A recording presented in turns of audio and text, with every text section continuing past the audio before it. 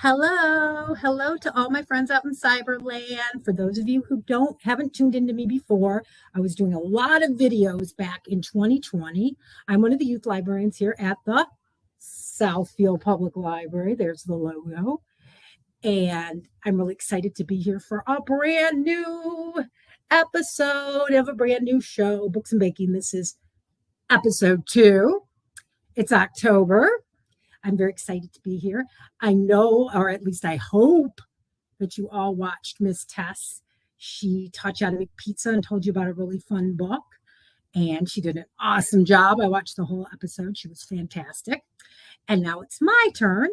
And I'm really excited that Tess told me I could do October because, as you can see from my shirt, I'm crazy for October. I love it. And the book I chose, Mr. Pumpkin's Tea Party by Erin Baker.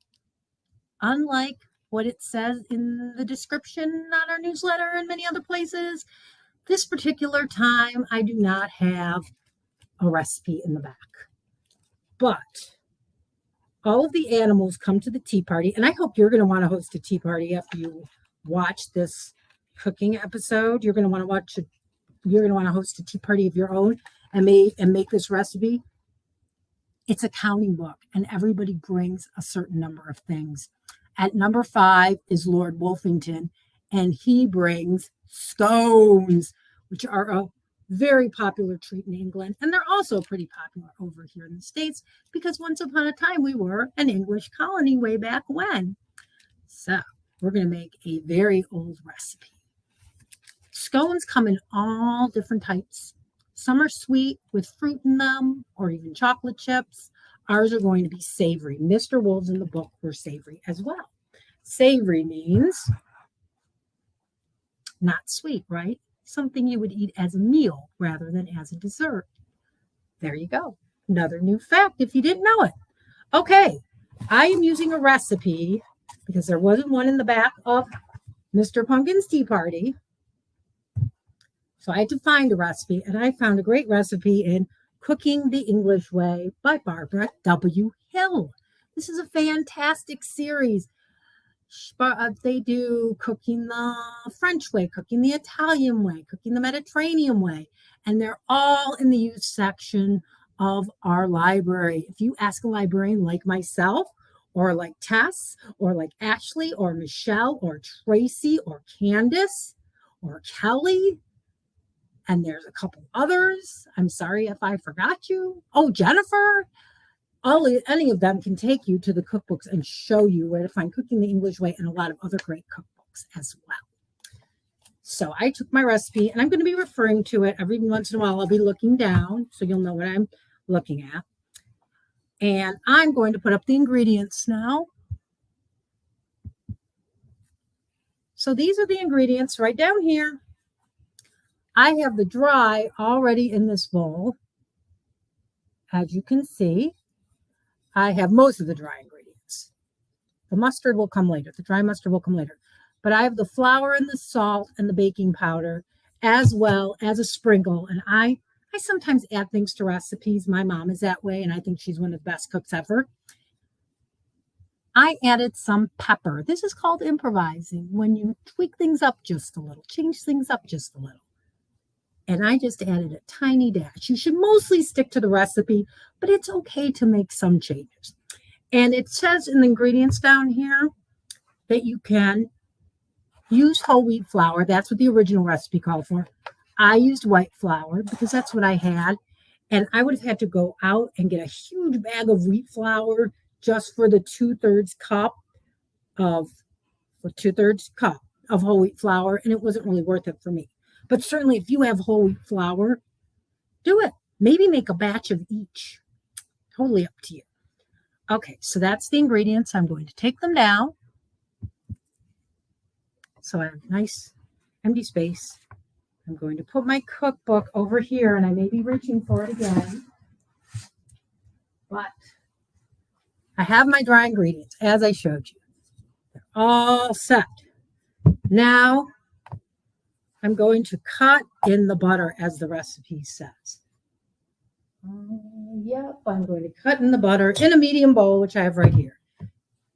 Cutting in the butter is just how it's described. You're just cutting it in small slivers. So that's kind of a big sliver. Cut it in half. So you're going to cut it in. And this is a good time to say when you're using a knife or really doing anything in the kitchen, if you're a younger baker or chef, or you've never been in the kitchen doing baking or cooking before, you should always have a grown-up assistant to help you. So make sure you always work with a grown-up. Also, make sure every time you cook or bake, you wash your hands. I washed my hands off camera, and I try to wash them every time I touch things. Like I had to touch the keyboards, and I did go back and wash my hands again. This is germy. You can't see it, but it's germy. So yeah, I try to wash my hands pretty consistently so that I'm not bringing germs into whatever I'm making, because nobody wants that. And you see I use the back of my hand to push up the glasses, so not the hand that I'm using to stir my. And now I'm definitely stirring. And you're going to take those chunks of butter and try to use slightly softened butter. It doesn't say that in the recipe, but it'll make it easier to combine them with the flour. The recipe does say that you want them to look like breadcrumbs. So that's what I'm going for here.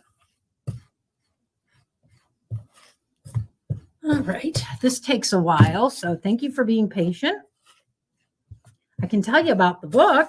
The book is Mr. Pumpkin's Tea Party, and it's all about Mr. Pumpkin who wants to host a tea party. So he does, and everybody brings something. And there's truffles in it. I think there's, of course, tea. And it's also a counting book. It's a very fun counting book. So, yeah, definitely recommend it. And I'll show it again at the end. I don't want to grab it now and get it all dirty. But it's a very fun book.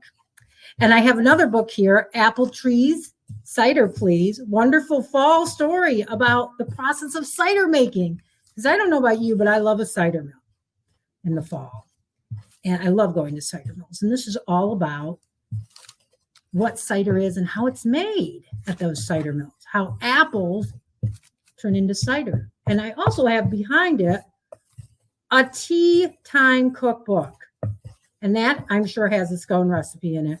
All kinds of things you can make if you want to host a fall tea party like Mr. Pumpkin. All right. So now I've got my breadcrumb-like mixture. Did a pretty good job making it look like breadcrumbs. Now I'm going to add some ground mustard. I didn't realize I had this at home, which means you probably might have it at home too in your family spice cabinet or spice rack. I'm going to drop it right in there. And now it's time to add the wet ingredients, which are the milk. Well, we already added one wet ingredient there with the butter, but now we're going to add another wet ingredient, which is milk, and of course, cheese. Now, I want to say one thing about if you're using white flour. White flour absorbs liquid quicker. That means it's going to give you a wetter dough faster than wheat flour, which absorbs slower. So, that being said, you may just want to use a little less milk. I'm going to add my milk now.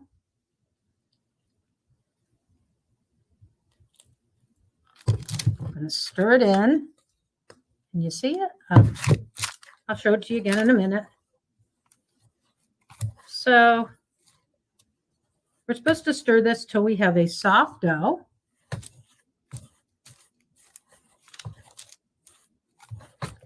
We're going to add a touch more milk.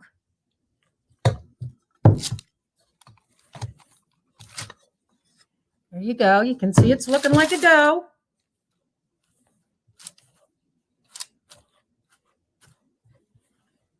And now I'm going to add in the cheese.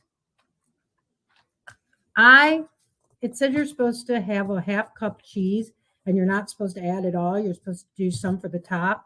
But I add the whole thing because, as I said in my ingredients, if you read them, I am obsessed with cheese. I love it so much. And I felt like when I made my sample batch, it wasn't cheesy enough. So I added the whole half cup and maybe a little more. And I still have a bit of milk left. I'm going to add a little more milk.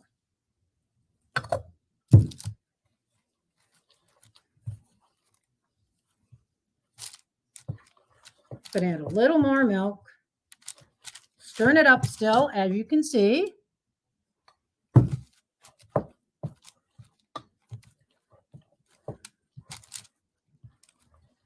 And now I'm going to add the last of the cheese.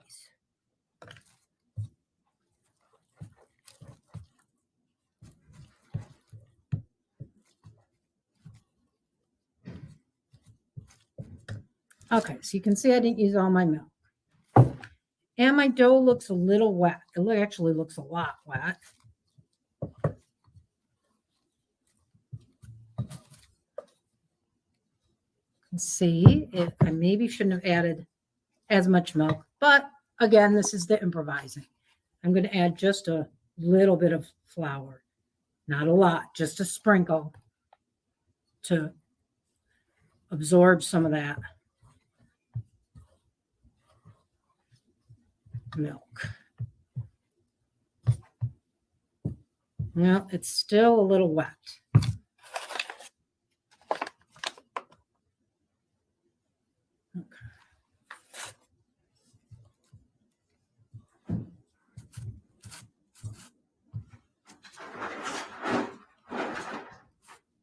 Okay. I think we're good. Still a little bit.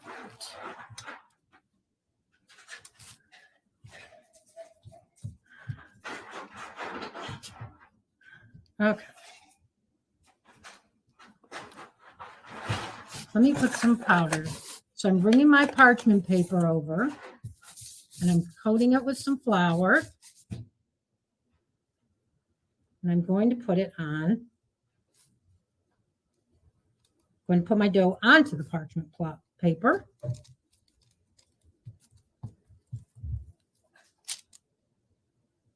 Okay. I'm going to put my bowl aside. And I've got my couple things here. I've got my trusty rolling pin. And you can use a cup at home to make your scones. You can just use a small glass that's in the recipe. I was thinking last night as I was lying in bed, which is where I get some of my best ideas, I had the ideas of, well, if I could cut a circle, why not a pumpkin shape to make them a little more fall-y? So I went and purchased a pumpkin cookie cutter. You do not have to do that, but I just thought it would be fun. I'm going to add some flour to my cookie cutter, just like this. And I'm also going to add some flour to my rolling pin. Let me do a little more. So I don't think I mentioned that I'm in the staff lounge today. This is a place where you don't get to go, but I do. And I see that one of my wonderful colleagues is getting ready to eat lunch, and she's waving at the camera. Her name is Kelly, and she's awesome. So yeah, this is where people come for lunch. It's really a beautiful, beautiful space. And I used to cook in it quite a bit back in the day.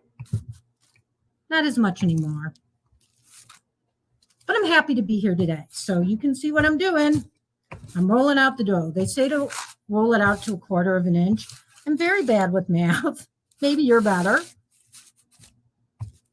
So try to get it to about 1/4 of an inch. Oh, we're sticking a bit. So if you start sticking, put some flour in your rolling pin and don't stress out. I say that, but you know I stressed out earlier. So I know not to stress out now because guess what? That's how we learn, isn't it? We make mistakes and we learn from them. And that's when the best recipes happen. My mother jokes that I love really well done food because she burnt stuff a lot when I was a kid. I do not know if that's really true. I think my mom's an amazing cook. But it just goes to show you that you make mistakes and they can turn out awesome. They can make your recipe even better. So I'm going to get my spatula so I can show you all what this looks like. Can I get it up? Oh, I think so. Don't worry if it smooshes a little bit. You can always fix it on the... There's my pumpkin, and I'm going to put it on my cookie sheet over here.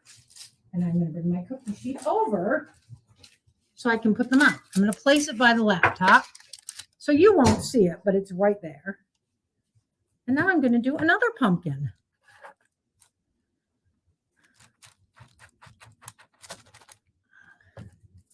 All right, make a second one. See if I can get this one off. Oh, I think this one's going to come off perfect. Oh, it is. Yippee! This one came out really good. The first one's a little bit squatty, but you know, pumpkins come in all shapes and sizes, right?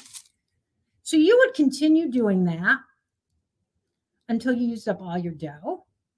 I'm already going kind of long, so I'm not going to do that. But I will show you the two that I've done so far. Here they are. And I'm going to brush them with some milk. Here's the milk. Here's a little brush.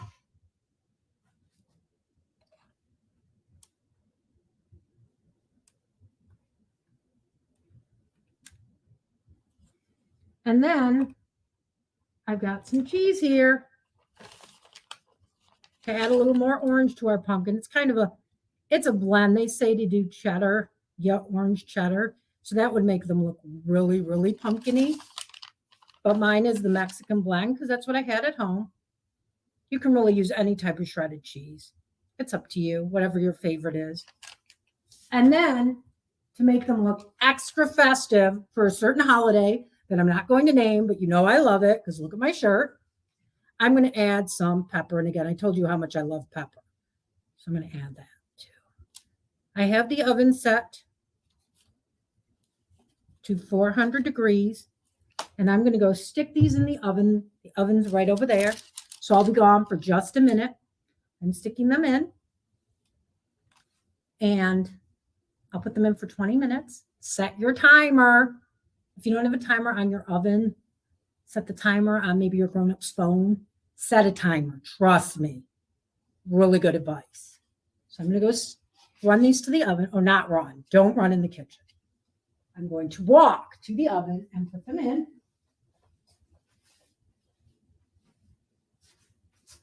All right. So they've got to bake for 20 minutes. We don't have 20 minutes. And I do things all in one shot. I don't edit. So what you see is what you got, which means ta-da, I made some samples so that you could see the finished product. These are scones. You see the pepper on top and the orange cheese. They're very delicious. I can vouch that they're delicious because I made a sample batch and they were really good. And my husband gobbled up his and I gobbled up mine. And he's kind of picky and he loved them. So I guarantee they will be a big hit at your tea party, at your fall tea party, if you decide to host one, which I hope this inspired you to do. My name is Shari. Don't forget the books I talked about today. Cooking the English Way, Apples to Cider, Please, Tea Party, a cookbook for children, and of course, Mr. Pumpkin's Tea Party by Aaron Barker. Please come visit us at the library. We are wanting to see you really soon. Come check out some cookbooks. We'll see you soon. Bye.